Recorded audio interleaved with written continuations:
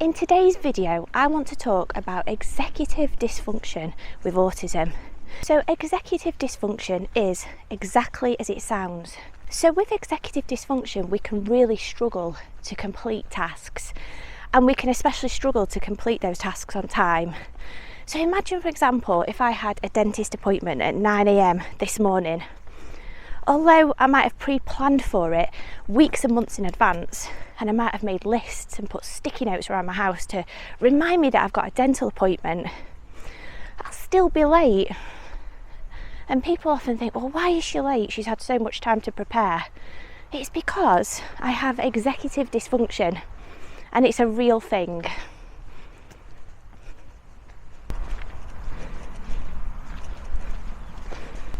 Executive dysfunction is a neurocognitive deficit, and as such it can affect every single aspect of our lives, especially if you're a child at school or an adolescent at university, or indeed an adult at work. I have often been late to work, and it's got me into so much trouble in the past. And it's really difficult for autistic adults explaining to other people, especially managers and employers, why you're continuously late. Because often people think that you're just lazy or you're not motivated, when in reality it's just due to our disability. And executive dysfunction isn't just something that we just pick up and we just grow out of. It comes alongside our autism diagnosis, and it's a long-term condition, so it affects us throughout our entire life. Some of the signs of executive dysfunction is struggling to plan and organise activities, and that could be from school to college to university, like I've just said, or it could be organising parties and get-togethers. And Christmas time, this time of year, can be particularly stressful for us as autistic people, especially when you've got work dues, work gatherings, and we're expected to turn up promptly. It just can add to so much stress in our lives. And don't forget, with executive dysfunction, we often can really struggle in prioritising and sequencing steps with regards to making a plan and then initiating that plan and sticking to it. It can just be really, really difficult for us. And sometimes we need family and friends to help us along the way. And just explaining to your family and friends, I have autism, I'm really, really sorry, but I really struggle with executive dysfunction. And I might turn up late, or it might seem to you that I'm being a bit disorganised, but I'm not. It's part of my genetic makeup, it's part of my disability, and I don't want you to think I'm being rude.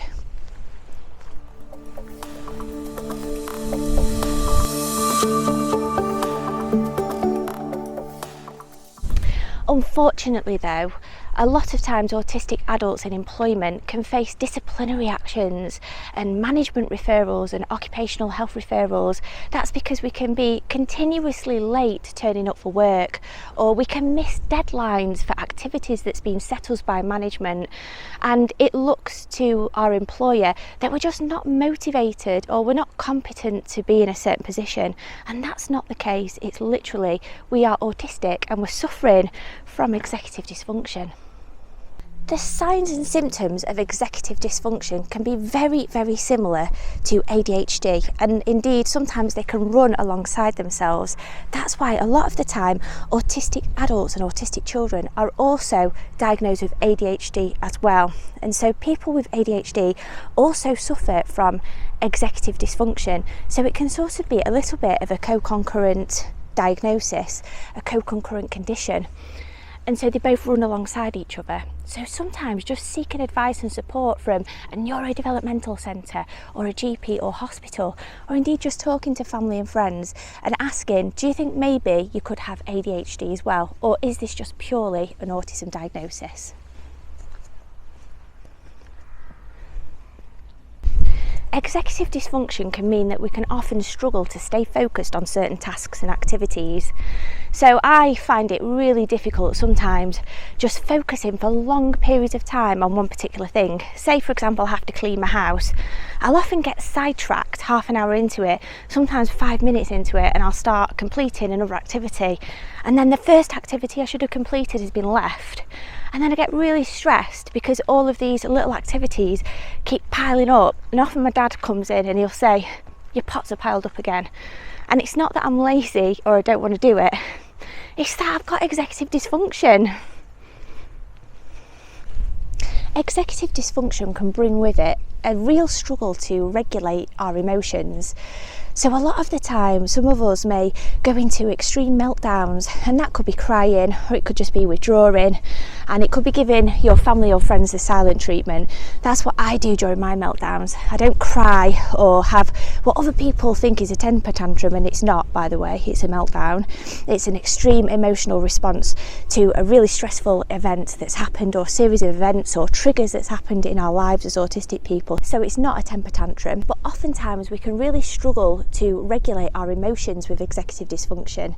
So we can cry easily and we can get overwhelmed at things. I certainly do. If tasks start building up and building up and building up, like I've just previously said, it can just get on top of me a little bit, and I can feel like everything's just a little bit too much, and it can cause a massive meltdown, and I can just burst into tears or give people a silent treatment.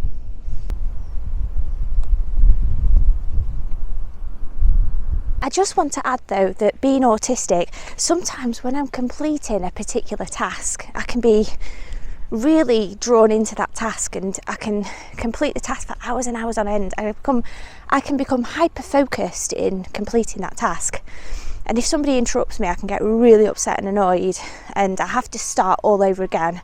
And of course that's a sign and symptom of autism. But I also have executive dysfunction, so I also sometimes switch between tasks, so it's really conflicting, and it can be really difficult to know, is this autism or could it be ADHD?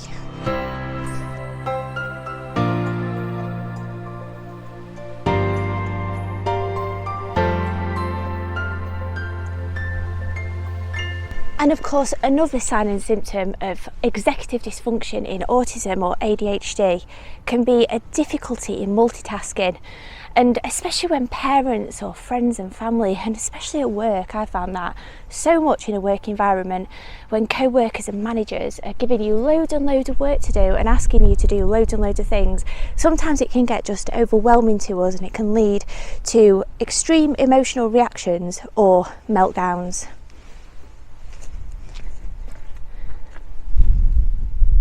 And sometimes all of these signs and symptoms combined, it can come across that autistic people or people with ADHD are mentally rigid or inflexible when we're not.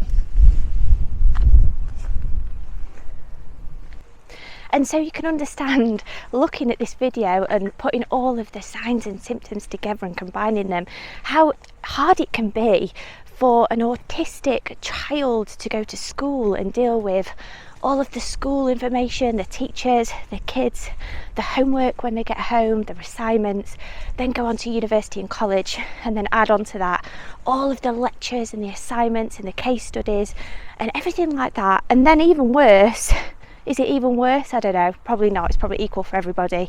But then going to an employment setting as an adult and then maintaining employment can be really challenging, and that's why you see a lot of autistic people and people with ADHD that are just unable to, and we struggle so much maintaining full-time employment. And that's why it's really important that we start talking about autism and ADHD and executive dysfunction and get the information out there to managers and employers, so that hopefully we can get people to have a better understanding of these conditions, and employments and organisations can better support autistic people and those with disabilities and enable us to stay in full-time education or employment. And that starts with building trust with your employees.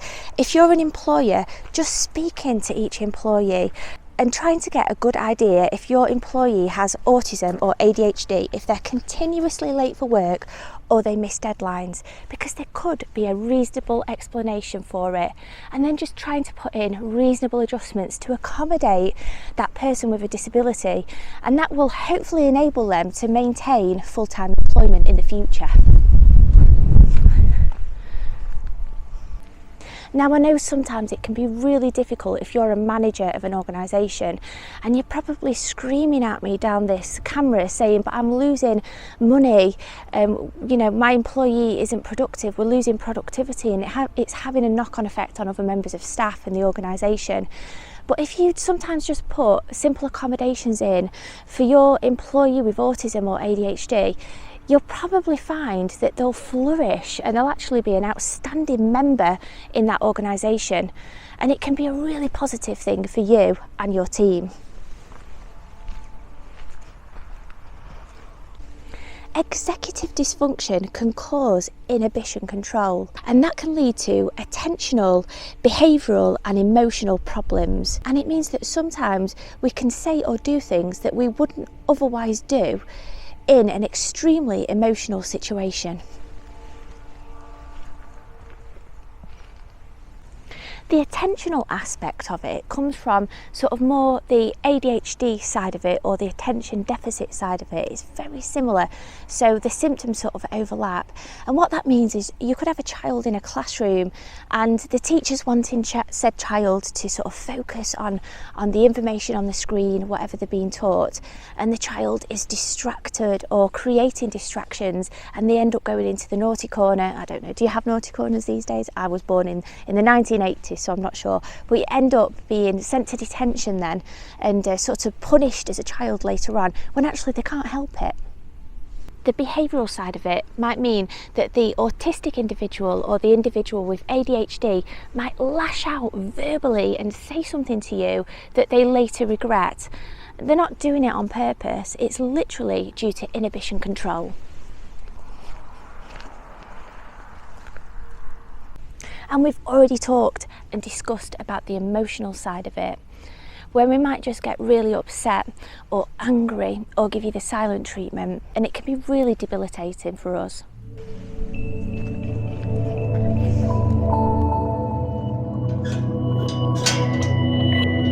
But I just want you to know before we go that executive dysfunction is not an official symptom of ADHD or autism, but indeed it goes alongside it, and it can have real debilitating effects on our quality of life.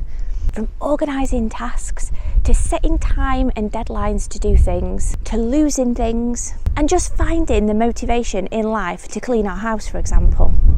I hope this little video has given you a little bit of a better idea with regards to what executive dysfunction is, and you might be wondering, am I autistic? Or you might be waiting for an autism diagnosis, or you might have ADHD, attention deficit disorder, and you might be thinking, I actually think I struggle from executive dysfunction.